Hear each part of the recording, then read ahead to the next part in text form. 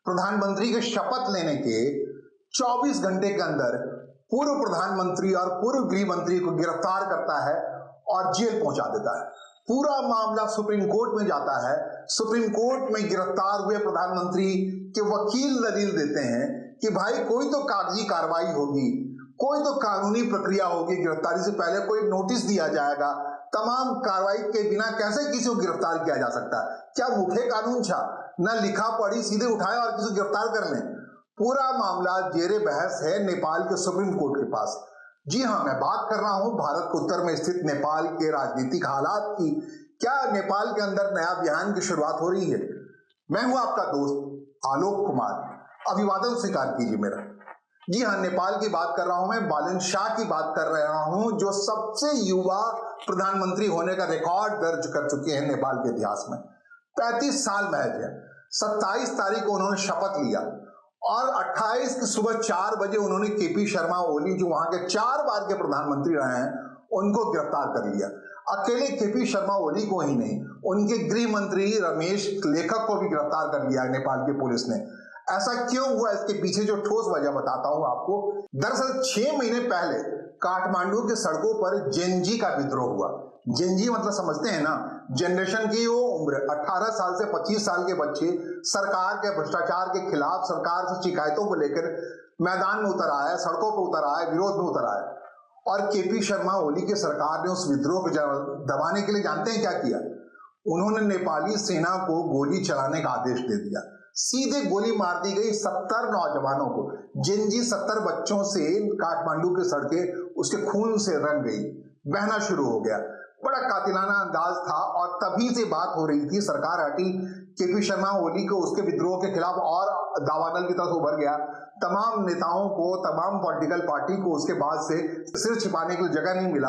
आग लगा दिया गया संसद तक में। सब कुछ जो कुछ भी हुआ, एक तात्कालिक सरकार बनी सुशीला कार्की के नेतृत्व में। उन्होंने वादा किया 6 महीने के अंदर वो चुनाव करा देंगे और उसी चुनाव के बाद ये शानदार काम हुआ है। 275 सदस्यीय जो नेपाल का संसद है, उसमें 182 सदस्य राष्ट्रीय स्वतंत्र पार्टी की जीत के चला है, जिसके प्रधानमंत्री के उम्मीदवार थे बालन शाह।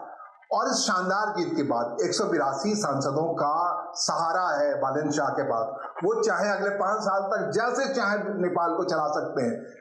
और जैसे कि युवा है, बिल्कुल युवा अंदाज में उन्होंने चलाने की प्रक्रिया शुरू की है। उस जेनजी विद्रोह में जो केपी शर्मा ओली के गिरफ्तारी के बाद समाप्त हुई थी, मांग के बाद समाप्त हुई थी, उस मांग को उन्होंने सबसे पहले पूरा किया। KP Sharma Oli CPN, Communist Party of Nepal, जो उसके नेता हैं, महासचिव हैं, और लंबे समय तक सीपीएन का राज रहा है नेपाल के अंदर। 4 बार के प्रधानमंत्री रहे केपी शर्मा ओली।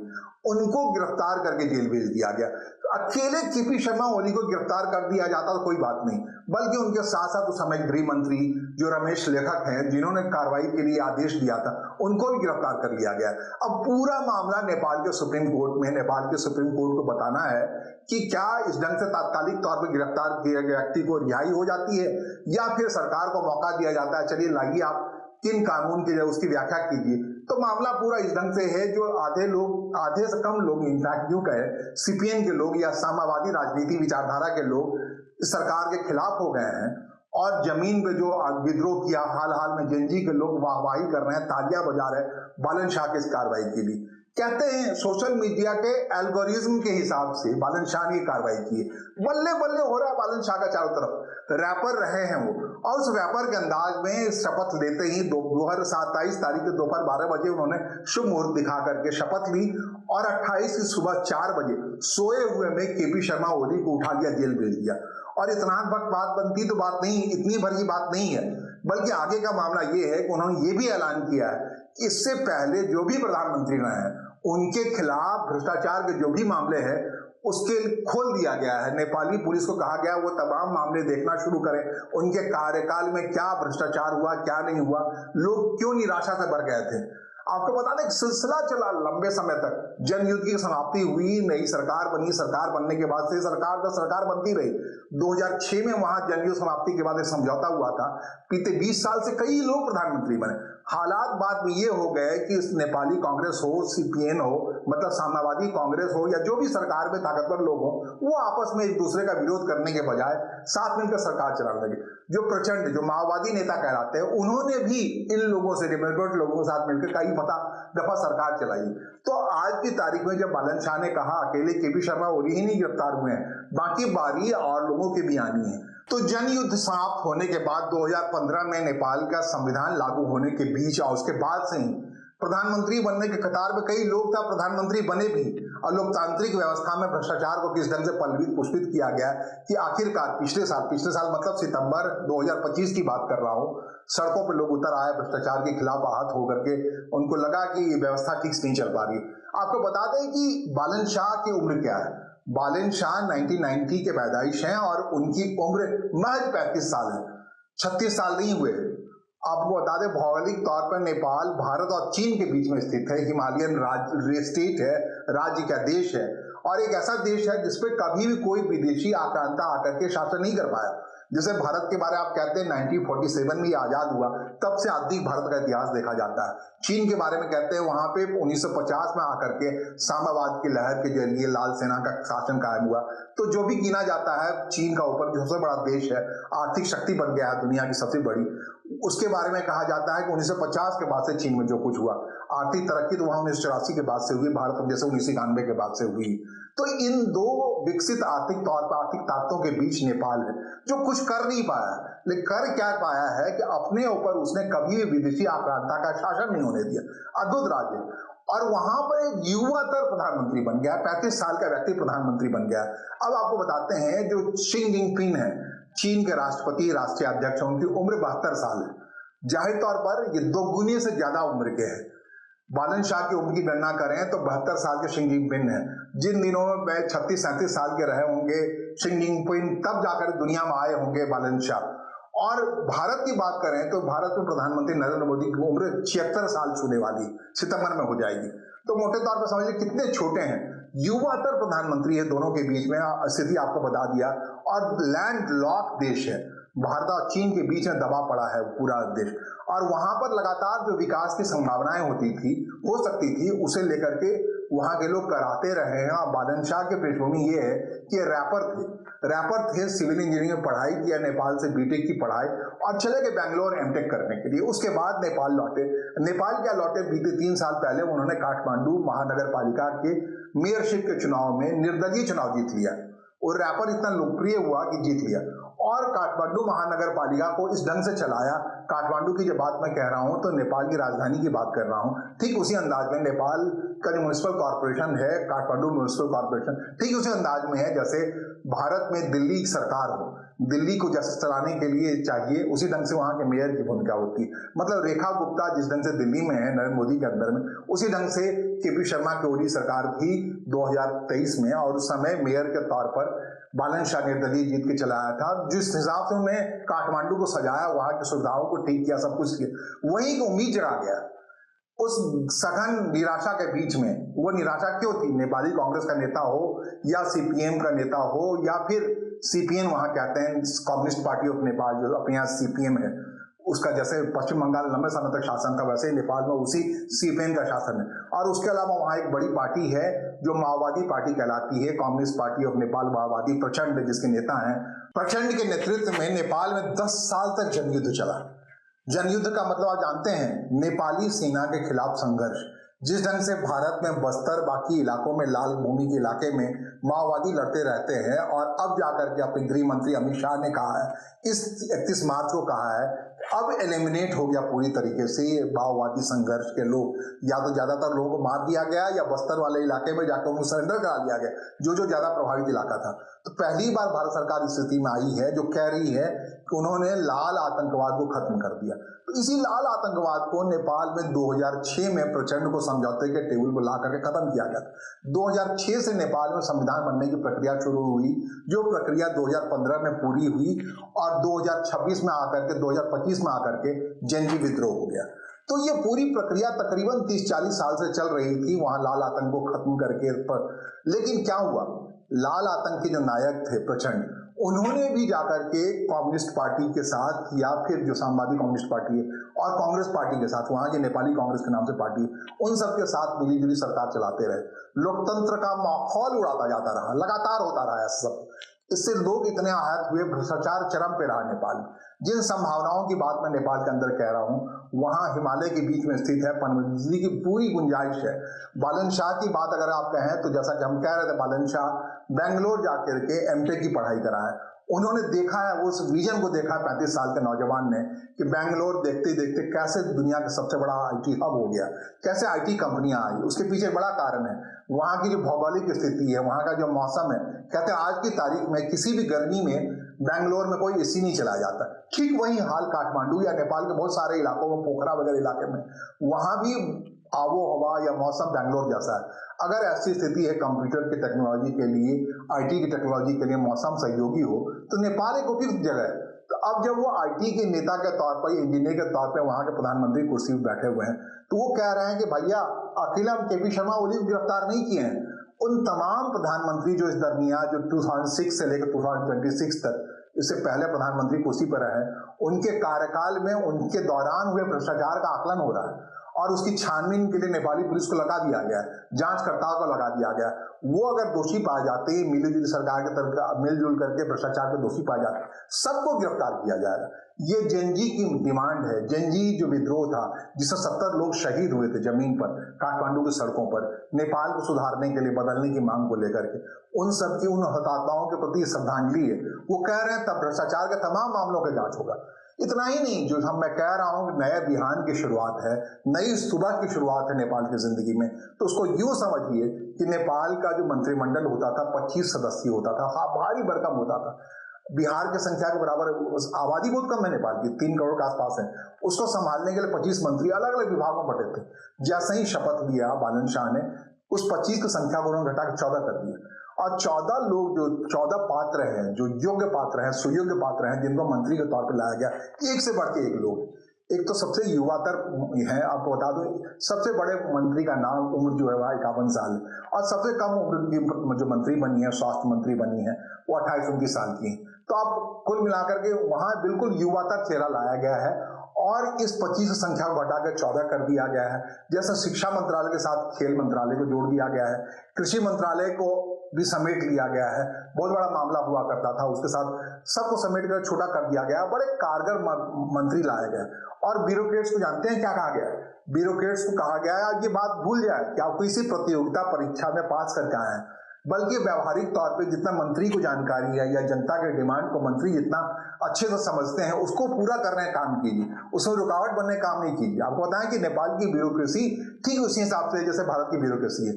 तरक्की के रास्ते को पैर पकड़े खींच लेना या कागजों में उलझा देना, जो ब्यूरोक्रेसी का एक तरीका होता है, उसकी वजह से नेपाल बहुत बदनाम रहा है। तो अब प्रधानमंत्री के तौर पर बालन शाह ने पूर्व प्रधानमंत्री गिरफ्तार करने के साथ साथ ब्यूरोक्रेसी को संदेश दे दिया है कि भैया कहीं भी अड़ंगा लगाते हुए दिखे तो या तो हम आपसे इस्तीफा ले लेंगे या फिर आप पे कानूनी कार्रवाई करेंगे, सब समयबद्ध तरीके से। इसके अलावा उन्होंने वहां क्या किया जानते हैं?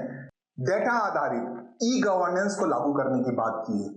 उत्तरदायी होगी पूरी तरह सरकार या मंत्री जनता के प्रति कैसे होगी, कम से कम गवर्नेंस दिखेगा, लाठी पटकती हुई पुलिस कम दिखेगी, सामाजिक जीवन में बेहतर स्थिति में सहयोगी भूमिका में ज्यादा दिखेगी। ऐसे बहुत सारे काम अपने हिसाब से 35 साल के इस नौजवान ने करने की शुरुआत की है। जो कुछ उसने काठमांडू के मेयर रहते हुए कर दिया था, या फिर दुनिया जहां से उसने सीखा है अलग अलग जगह से जानती। एक और बड़ी बात है नेपाल के अंदर कि नेपाल के लोग मजदूर के तौर पर, अशिक्षित मजदूर के तौर पर, अनट्रेन्ड मजदूर के तौर पर दुनिया के तमाम विकसित देशों में बसे पड़े हैं। उन सबसे इनपुट लिया जा रहा है, जानकारी ली जा रही है। तो सबसे बड़ी बात निकल कर आ रही है कि अगर लोगों को बाहर ही भेजना है रोजगार के लिए, तो उनको ट्रेंड किया जाए। अनट्रेंड में उनका जो शोषण होता है, उनको जो नौकरी का पैमाना मिलता है, जो ये मिलता है, बाकियों की तुलना बहुत कम मिलता है। नेपाली को सिर्फ मजदूर मान लिया जाता है, जबकि ट्रेनिंग होनी चाहिए, उनमें स्किल होना चाहिए। तो स्किल पे बड़ा जोर देने की बात हो रही। और आज प्रधानमंत्री कुर्सी संभालते ही बालन शाह ने कहा है 12 लाख नए रोजगार वो क्रिएट करने वाले हैं। अब वो कैसे करने वाले, कहां से करने वाले हैं, उन्होंने खुद अपने हाथ में अर्थतंत्र को ले लिया है। आर्थिक मंत्री भी वही रहेंगे, वित्त मंत्री भी नेपाल के खुद हैं। तो कुल मिलाकर के जो कुछ हालात है, उसमें जितने भी स्किल लोग हैं, 14 लोग स्कैन करके मंत्री के तौर पर लाया गया है, कम उम्र के लोग हैं सारे, उन सबको लाया गया है और प्रभावी तरीके से हेल्थ मिनिस्टर का नाम तो अद्भुत है, एम्स से पढ़ाई की है नर्सिंग की, और वहाँ बीबी कोइराला हॉस्पिटल में ऐसे नर्स की भूमिका कर रही थी। उनको चूंकि जानकारी है हेल्थ डिपार्टमेंट की ज्यादा, तो बड़े से बड़े डॉक्टरों की क्या जरूरत है, अस्पतालों की क्या जरूरत है, उसको पूरा करने के लिए उनको हेल्थ मिनिस्टर बना दिया गया है। इस ढंग से बहुत सारे लोग नए नए लाए गए हैं, प्रभावी तरीके से लाए गए हैं। यंग दिमाग में यंग ख्याल, दुनिया के यंगपन को ही जरूरत है दुनिया को, और उस लिहाज से नेपाल को खरा उतारने की कोशिश है। जमीन पे केपी शर्मा ओली की गिरफ्तारी की बात हो, या गिरफ्तारी की सुई लटकते हुए बढ़ते हुए प्रचंड की तरफ बढ़ रही हो, या फिर नेपाली कांग्रेस के नेताओं की तरफ बढ़ रही हो, शेर बहादुर देउबा हो या बाकी लोगों पर हो, खुद राष्ट्रपति रामचंद्र पौडेल जो हैं वो प्रधानमंत्री के दौर में, अगर सारे प्रधानमंत्रियों के कार्यकाल की अगर जांच भी होगी, सहन जांच होगी, या फिर मंत्री रहे नेताओं की जांच होगी, तो बहुत सारे लोग दोषी पाए जा सकते हैं। इस बात की घबराहट है नेपाल के अंदर, लेकिन इस घबराहट बीच कर भी क्या सकते हैं भाई। 275 सदस्यीय संसद के अंदर में 182 लोग तो जनता ने सीधे तौर पर राष्ट्रीय स्वतंत्र पार्टी के जिता के भेज दिए, बालन शाह को प्रधानमंत्री बनाने के भेज दिए। इस प्रेसिडेंट मोहम्मद के रहते हुए अगले 5 साल तक सरकार गिरने की कोई नौबत नहीं आ रही है, ऐसा दिख नहीं रहा है। भले ही तमाम लोग बैर हो जाएं, तमाम लोग इकट्ठे हो जाएं, लेकिन सारा युवा जो नेपाल का है, फ्रेश लोग है, फ्रेश जनरेशन है, वो बालन शाह के साथ दिखता है। और बदलाव के अंदर जिसके लिए जान हथेली पे लेकर लोग चले आए थे, वो जब जान हथेली पे लोग लेके चले आए, इसका मतलब समझिए किस शिद्दत से बदलाव की जरूरत थी उन्हें। उस बदलाव की दिशा में नेपाल बढ़ चुका है, और इतना खूबसूरती से बढ़ चुका है। जब भ्रष्ट लोगों के खिलाफ कार्रवाई हो रही है, रोजगार सृजन की बात हो रही है, ई गवर्नेंस की बात हो रही है, डाटा के आधार पर एनालाइज करने की बात हो रही है, तमाम वो चीजें हो रही हैं जो विकसित दुनिया में हुआ करती हैं। वहां से इनपुट लिया जा रहा है, जानकारियां ली जा रही हैं कि सरकार चलाने का तरीका क्या हो, किस ढंग से आर्थिक तरक्की हो। कह रहे हैं टूरिज्म सेक्टर में बड़ा काम हो रहा है। नेपाल अपने यहाँ बहुत खूबसूरत जगह है, टूरिज्म को लेकर के एक तरीके से उन्हें रेवेन्यू स्टेट में परिवर्तित किया जा सकता है। बहुत सारे टूरिज्म स्पॉट नए क्रिएट किए जा सकते हैं। अपने यहाँ पे बहुत सारे पोखरा और बाकी तमाम जगह ऐतिहासिक तौर बहुत महत्वपूर्ण जगह है, उन सबको नए तरीके से विकसित करने की बात हो रही है। तो नेपाल जो कि इस शताब्दी की शुरुआत है, वहाँ राजशाही का खात्मा हो गया था मोटे तौर पर। आपको बता दें, दीपेन शाह ने वहाँ के वीर विक्रम शाहदेव जो वहाँ के किंग हुआ करते थे, उनकी हत्या हुई थी, उनके लड़के राजकुमार के गोली से मार दिए गए थे। क्या बड़ी साजिश के तहत अभी उनके बड़े भाई, छोटे भाई जो हैं ज्ञानंद शाह हैं। तो बार बार नेपाल के अंदर जब से लोकतंत्र बहाली का आंदोलन शुरू हुआ, तब लग रहा था कि नहीं, लोकतंत्र से बात नहीं बनेगी, तो बार बार ऐसी ही बात हो रही थी, एक बार फिर से क्यों नहीं राजशाही को वापस ले आया जाए। लोग आज ही जा चुके थे, लेकिन अब उस अकलाहट में, उस परेशानी के बीच में जब वोटिंग में गए हैं लोग, तो जिस अंदाज में युवाओं को जिता के लाए हैं, और पुरानी परिपाटी लीग से हट करके वो नई सरकार काम करने शुरू हुई है, तो अब लगता है कि हाँ, लोकतंत्र की वैधता वहाँ एक बार बहाल हुई है। बालन शाह के नेतृत्व में सरकार दौड़ चली है। नेपाल के लोग नई सुबह देख रहे हैं, नए बिहान की बात कर रहे हैं, तरक्की की बात कर रहे हैं। जो स्टर्ट हो गया था, तमाम नेपालियों के आंखों में सपना क्या हो गया था, मुझे भारत जाके नौकरी करनी है, हमें विदेश जाके नौकरी करनी है, सिंगापुर जाके नौकरी करनी है। लंबी लंबी कतारें लगा करती थी वहां के जो राजदूतावास थे अलग अलग राज्यों देशों, और बड़े पैमाने पर कतर जाने वाले अलग बराबर थी। औद्योगिकरण शून्य जैसा हो गया था। जो हालात है वहां विकट की स्थिति थी। उस विकट स्थिति में कहते हैं जब आप बिल्कुल लो पे होते हैं, जब डाउन होते हैं, तभी आपकी जीतने की संभावना ज्यादा बड़ी होती, तभी आपके साहस के साथ उठ खड़े आने की गुंजाइश बढ़ती। क्या नेपाल इसी अंदाज में आगे बढ़ गया है, दौड़ने की स्थिति में आ गया है? हालांकि ये जो गिरफ्तारी है केपी शर्मा ओली की, वहां की सीपीएन जो पार्टी है, कम्युनिस्ट पार्टी ऑफ नेपाल, लेनिनवादी माओवादी, वो सबसे बड़ी पार्टी है, उसके काफी समर्थन कैडर बेस है। तो क्या इस जेनजी नेता के इस आवेश के खिलाफ वो लोग खड़ा होने की स्थिति में है? क्या सुप्रीम कोर्ट का फैसला क्या आता है? क्या केपी शर्मा ओली की गिरफ्तारी को वैध ठहराया जाता है या अवैध ठहरा कर उन्हें रिहा कर दिया जाता है? ये सब बहुत कुछ संभव, इसी बात पर फैसला संभव है कि किस मॉरलिटी से, किस तरीके से बालन शाह नेपाल को आगे ले जाते हैं। फिलहाल उनके पास मैंडेट 5 साल का है, लेकिन जिस ढंग से केपी शर्मा ओली की सरकार को वहां जेनजी विद्रोह गिरा दिया गया, तो उम्र चाहे सरकार की जो भी मिले, कुछ भी हो सकता है। फिलहाल हम यही दुआ करेंगे कि बालन शाह शानदार तरीके से नेपाल के अभ्युदय में काम आए। और बहुत महत्वपूर्ण स्टेट है, हिमालयन स्टेट है, कहते हैं सागर माथा है वो, सागर माथा एवरेस्ट को कहा जाता है। सागर माथा जानते हैं, बिल्कुल दक्षिण में, भारत के दक्षिण में कन्याकुमारी पर जो सागर है, उसका सिर है नेपाल में स्थित, एवरेस्ट पे स्थित। तो इस लिहाज से अगर आपका सिर ज्यादा साफ होगा, उन्नत होगा, आपका भाल ज्यादा अच्छा होगा, तो भारत के लिए भी गर्व की बात होनी चाहिए।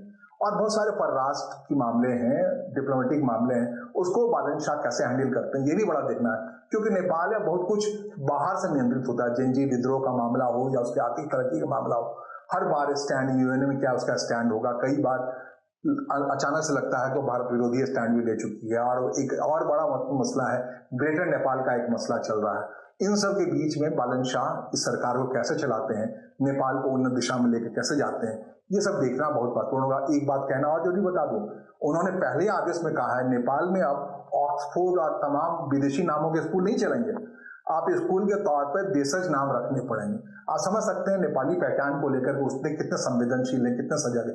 उन्होंने कहा है 5वीं तक कोई बच्चे की परीक्षा नहीं होगी। और दूसरी सबसे बड़ी बात कही है उन्होंने, कही है छात्रों को राजनीति में आने की अनुमति नहीं होगी।